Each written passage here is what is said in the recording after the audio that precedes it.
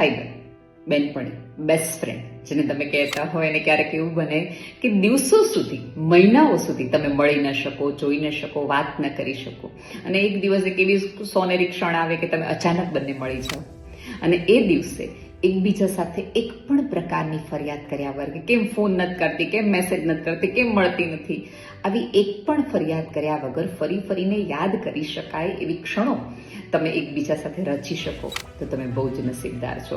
અને એ સમયે તમે ખૂબ બધી વાતો કરો, ચા, મસ્તી, મજાક, એકબીજાના આંસુઓ, એકબીજાની ન કહેવાયેલી ગુંજારાવાળી વાતો, કેટલી બધી જીવનની ભડાસ કાઢી શકો. ત્યારે સમજાય કે આટલા દિવસોનો વિરહ અને આટલા દિવસોનો ગેપ, વાતો ન કર્યાનો અભાવ, મળ્યાનો અભાવ કે વિરહ તમારી દોસ્તીને, તમારી ભાઈબંધીને સહેજ પણ બગાડી શક્યું નથી.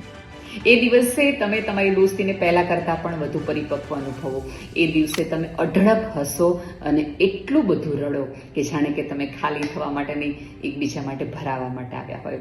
એ વિચાર્યા વગર કે એ શું વિચારશે એવું બધું જ તમે તે દિવસે કરો. અને જીવનની હાડમારીમાં, આટલી બધી મુશ્કેલીમાં, આ સમયના અભાવમાં વાત ન કરી શકાય, મળી ન શકાય એવું જો કોઈ સમજનાર તમારી આજુબાજુ અને અડખે પડખે હોય તો તમે બહુ જ નસીબદાર છો.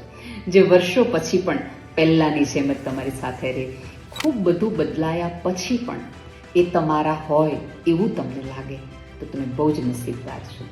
આવા મિત્રોને બાજુ પર રાખો અને કોઈ માટે આવા સરસ મિત્રો બનીને પણ રહો. કાયમ હસતા.